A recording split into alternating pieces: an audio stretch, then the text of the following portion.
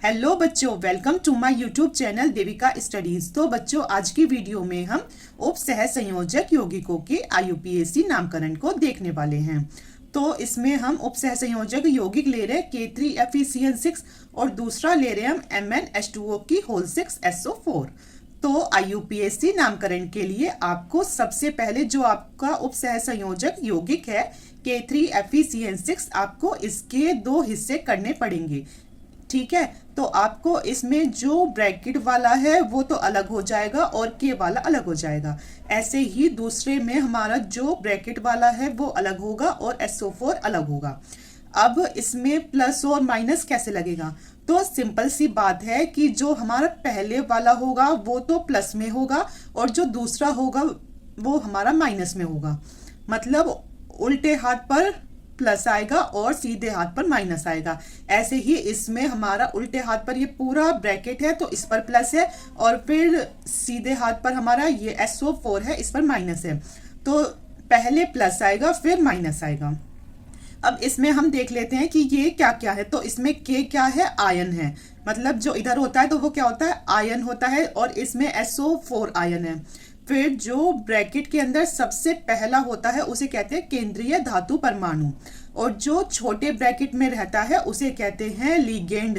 तो यहाँ CN हो गया लिगेंड और जो लिगेंड के नीचे संख्या लिखी होती है, जैसे इधर लिखा है 6, तो ये होती है उप सह संयोजन संख्या। कौन सी संख्या? उप सह संयोजन संख्या।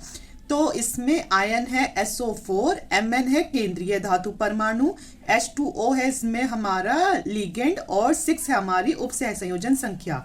तो अब हम आईयूपीएसी नामकरण का एक बार रूल देख लेते हैं कि सबसे पहले किसका नाम आता है, फिर दूसरे नंबर पे किसका आता है। तो इसे करने का ये तरीका है, सबसे जो पहले वाला है उसको देखते हैं कि इसका नामकरण कैसे होगा। अगर हमारा आयन पहले हो तो कैसे करेंगे उसका नामकरण? तो सबसे पहले लिखेंगे आयन का नाम और फिर लिखेंगे उप सह संयोजन संख्या का नाम, ठीक है, और फिर लिखेंगे हम इस लिगेंड का नाम और फिर आएगा केंद्रीय धातु परमाणु और फिर आएगी इसकी ऑक्सीकरण संख्या। अब वो दूसरे में है, अगर हमारा आयन यहाँ नहीं होकर यहाँ आ जाए तो कैसे करेंगे? तो फिर शुरुआत करेंगे उप सह संयोजन संख्या से। और अगर किसी उप सह संयोजक यौगिक में हमें उप सह संयोजन संख्या ही ना दे रखी हो तो कैसे करेंगे? तो फिर हम शुरुआत करेंगे लिगेंड से। तो आ जाएगा उप सह संयोजन संख्या प्लस लिगेंड लिखेंगे और फिर लिखेंगे केंद्रीय धातु परमाणु का नाम और फिर लिखेंगे ऑक्सीकरण संख्या जो आएगी इसकी, और एंड में आ जाएगा आयन। क्योंकि इतना है सिर्फ इसमें और इसमें अंतर कि जो इसमें शुरू में आयन था तो वो इधर एंड में आ चुका है और सब ऐसे के ऐसे ही है इसका रूल, ठीक है। अब मैं आपको इसका एक चार्ट दिखा देती हूँ जिसमें इसके लिगेंडों का नामकरण है। तो हमारे लिगेंड तीन तरह के थे, एक थे प्लस वाले, दूसरे थे इसमें माइनस वाले और तीसरे थे जिन पर ना तो प्लस का चार्ज था ना माइनस का चार्ज था, तो वो थे हमारे उदासीन लिगेंड। तो उदासीन लिगेंड होते हैं जैसे CO कार्बोनिल CS का नाम हो जाएगा थायो कार्बोनिल, NO का हो जाएगा नाइट्रोसिल, H2O का एक्वा, NH3 का amine, NH2 CH2 CH2 NH2 मतलब EN इसका होगा एथिलीन डाई एमीन। तो ये हमारे उदासीन लिगेंड। हमेशा याद रखना उदासीन लिगेंड की ऑक्सीकरण संख्या 0 होती है। इनकी जो ऑक्सीकरण संख्या होती है वो हमेशा 0 होती है। अब देखो H2O है तो इसका जो हमारा अगर ये लिगेंड के रूप में है तो इसका नाम होगा एक्वा, और अगर ये हमारा लिगेंड के रूप में नहीं है तो ये भी मैंने आपको समझा रखा है नोट के रूप में कि अगर H2O हमारा लिगेंड है, ठीक है, तो इसका नाम होगा एक्वा, और अगर H2O हमारा लिगेंड के रूप में नहीं है तो इसका नाम होगा हाइड्रेट। क्या होगा? हाइड्रेट होगा। अब जैसे इधर हमारा जो H2O है ये क्या है? एक लिगेंड के रूप में है तो इसमें इसका नाम रखा जाएगा एक्वा, और अगर इस SO4 की जगह H2O आए तो उसका नाम हो जाएगा हाइड्रेट। तो ये भी आप अच्छे से देख लेना, इसीलिए लिखा गया है। तो आप अगर इस पूरी शीट का स्क्रीनशॉट लेना चाहो तो अच्छे से ले लीजिए। पहले तो है हमारे उदासीन लिगेंड ये, ठीक है, जिनकी ऑक्सीकरण संख्या होती है 0। अब आएंगे हमारे प्लस वाले लिगेंड। एक तो इस तक ले लीजिए स्क्रीनशॉट, मतलब ये इनके आईयूपीएसी नामकरण है जो कि आपके इसमें खूब हेल्प करेंगे। एक है ये। अब हम दिखाएंगे माइनस वाले लिगेंड। तो माइनस वाले लिगेंड है ये, N3 माइनस, इसको कहेंगे एंजाइडो, S2 माइनस इसे कह देंगे सल्फाइटो, और फिर है ये। तो आप इनका अच्छे से स्क्रीनशॉट ले लीजिए। और जो हमारी उपसहज संयोजन संख्या होती है, अगर वो हमारी 2 है तो उसे कह देंगे डाई, 3 है तो हो जाएगी ट्राई, 4 है तो हो जाएगा टेट्रा, 5 है तो होगा पेंटा, और अगर 6 है तो होगा हेक्सा। आप इसका भी स्क्रीनशॉट ले लीजिए, IUPAC नामकरण में इसकी खूब हेल्प होगी इससे। तो ये थे हमारे ये। अब हम करेंगे इसके क्वेश्चंस है, पहले ये देख लेते हैं। एक और है आपके लिए नोट कि अगर लिगेंड में हमारे हेलोजन तत्व आते हैं, मतलब FCl Bri होते हैं हमारे हेलोजन तत्व, तो ऐसे तो F को कहते हैं फ्लोरीन, लेकिन अगर ये लिगेंड के रूप में है तो इनमें आइडो लग जाता है। क्या लग जाता है? आइडो। तो ये हो जाएगा फ्लोराइडो, और Cl को कहेंगे क्लोरीन, तो हो जाएगा क्लोराइडो। और अगर Br है ब्रोमीन, तो ये हो जाएगा ब्रोमाइडो। I है आयोडीन, ये होगा आयोडाइडो। और इन चारों की जो ऑक्सीकरण संख्या होती है तो वो क्या होती है? -1। इन चारों की ऑक्सीकरण संख्या भी -1 होती है। अब हम इसके क्वेश्चंस को देखेंगे। अब जैसे हमारा क्वेश्चन नंबर 1 है कि K3FeCN6 है, तो सबसे पहले आयन का लिखेंगे। तो इसका क्या होगा? इसका होगा हमारा पोटेशियम। K का होता है पोटेशियम, तो इसका हो जाएगा पोटेशियम, और इसमें स्त्री से कोई मतलब नहीं है। और फिर बताया था किसका आएगा, और फिर आएगा उपसह संयोजन संख्या, तो वो क्या है? 6 का क्या था? हेक्सा। 6 का था हेक्सा। और फिर आता है हमारा लिगेंड क्या है यहाँ? CN है, तो इसका क्या होगा? इसका होगा साइनेटो या साइनो, ठीक है, तो इसका हो जाएगा साइनेटो। और फिर Fe है, और फिर आता है केंद्रीय धातु परमाणु जो कि हमारा Fe, तो इसका हो जाएगा फेरेट। और एक और बात आप अच्छे से याद रखो कि अगर ये जो ब्रैकेट में है ये हमारा माइनस में है, अगर ब्रैकेट वाला माइनस में है, माइनस में तो जब होगा जब इसके आगे कुछ होगा तो वो प्लस में होगा, तो ये माइनस में होगा। अगर ये माइनस में है और जो हमारा केंद्रीय धातु परमाणु है, इसमें केंद्रीय धातु परमाणु का नाम में आप क्या लिखोगे? उसमें आपको 8 एंड में लगाना पड़ेगा। जैसे Fe में आपने क्या लगाया? फेरेट, तो ऐसे में आपको 8 लगाना पड़ता है, क्योंकि K के ऊपर आ गया प्लस और इस ब्रैकेट के इधर आ गया क्या? माइनस। तो अगर ये ब्रैकेट माइनस में है तो जो केंद्रीय धातु परमाणु है उसमें हमें 8 लगाना पड़ता है। अब हम लिखेंगे इसकी ऑक्सीकरण संख्या। तो ऑक्सीकरण संख्या अगर आपको निकालनी नहीं आती तो ये मैंने एक वीडियो में अच्छे समझा रखी है, आप हमारे चैनल पर जाकर उसको अच्छे से समझ लेना।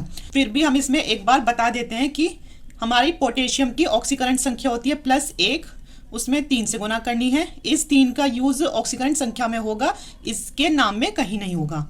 और केंद्रीय धातु परमाणु की ऑक्सीकरण संख्या निकालनी है तो x, और जो CN है इसकी ऑक्सीकरण संख्या होती है -1, और कितने से गुना? 6 से गुना, जो कि हो गया बराबर 0 के। अब ये हो जाएगा 3 एकम 3 प्लस x, और ये हो जाएगा -6 बराबर 0 के। अगर 6 में से 3 जाएगा तो आएगा हमारा -3, और जब ये -3 उधर जाएगा तो जाएगा x बराबर +3। तो इसकी ऑक्सीकरण संख्या क्या होगी? 3। तो इसे लिखेंगे ऐसे, 3 डंडे कर देंगे, 1 2 3। तो अब आप खुद देखो कि ये ब्रैकेट हमारा प्लस में है तो इसमें 8 नहीं लगेगा, क्योंकि ये आ रहा है हमारा पहले। तो इसमें क्या लिखेंगे? तो सबसे पहले लिखेंगे उपसह संयोजन संख्या। तो इसमें हमारे लिगेंड है 2, इसमें उपसह संयोजन संख्या आ रही है इसमें। तो 5 को क्या लिखते हैं? 5 को लिखते हैं पेंटा, 5 को लिखा जाता है पेंटा। और NH3 को एमीन, क्योंकि ये किस में है? लिगेंड के रूप में है, तो NH3 होता है एमीन। और इस Cl को लिखेंगे क्लोराइडो। क्या लिखेंगे? इसे लिखेंगे क्लोराइडो। आपको अभी दिखाया था उसमें Cl FCl Bri में, ठीक है, तो ये आ जाए, उसमें आइडो लगा रहे थे, ये आ गया।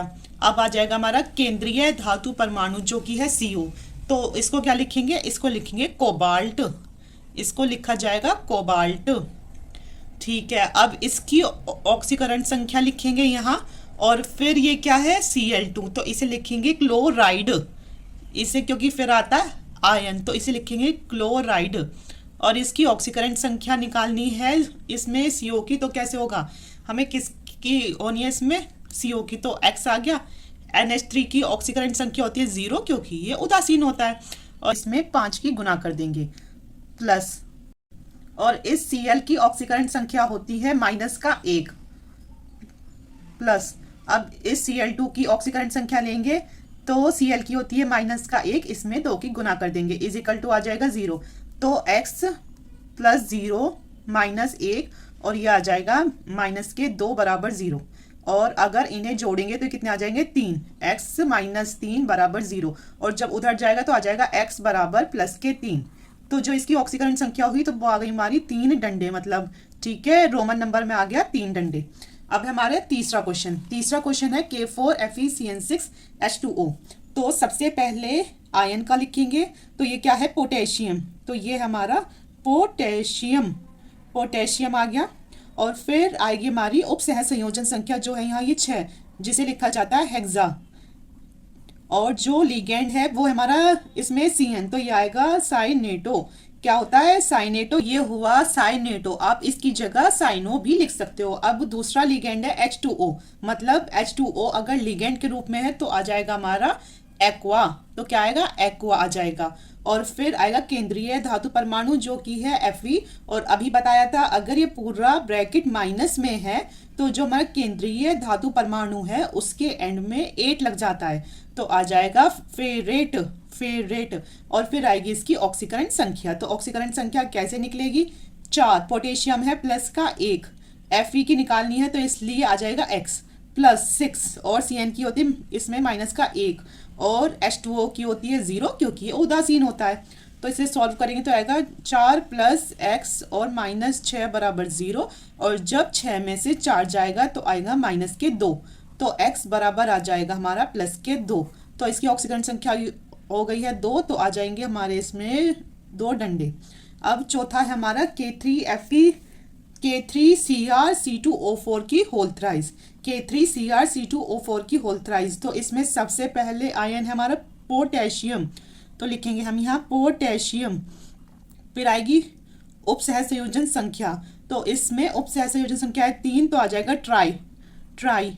और फिर हमारा लिगेंड है C2O4। C2O4 को क्या बोलते हैं, तो C2O4 को बोला जाता है ऑक्जेलेटो। क्या बोला जाता है, ऑक्जेलेटो। जैसे ये रहा C2O4, तो ये क्या है, ऑक्जेलेटो। तो इसका IUPAC नाम है इस लिगेंड का ऑक्जेलेटो।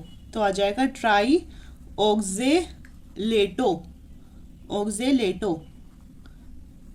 ठीक है। और फिर आएगा हमारा केंद्रीय धातु परमाणु जो क्या है, क्रोमियम। नहीं, इधर तो है क्रोमेट। और फिर आएगी इसकी ऑक्सीकरण संख्या। तो ऑक्सीकरण संख्या निकलेगी 3 में गुना K की होती है +1 प्लस Cr की निकालनी है तो x। और C2O4 की यहाँ क्या है 3, तो ये है, और इसकी होती है -2 = 0। तो हो गई 3 + x और -6 = 0। और 6 में से 3 जाएगा तो आएगा -3, तो x बराबर आ जाएगा +3 हमारा। तो इसकी ऑक्सीकरण संख्या होगी 3। तो ये थे हमारे कुछ इम्पॉर्टेंट IUPAC नामकरण। और कल की वीडियो में हम IUPAC नामकरण जो अब तक बोर्ड एग्जाम में पूछे गए हैं उनको लेकर आएंगे। आई होप बच्चों आपको हमारी वीडियो पसंद आई हो। अगर पसंद आई है तो आप चैनल को सब्सक्राइब करना। Thank you.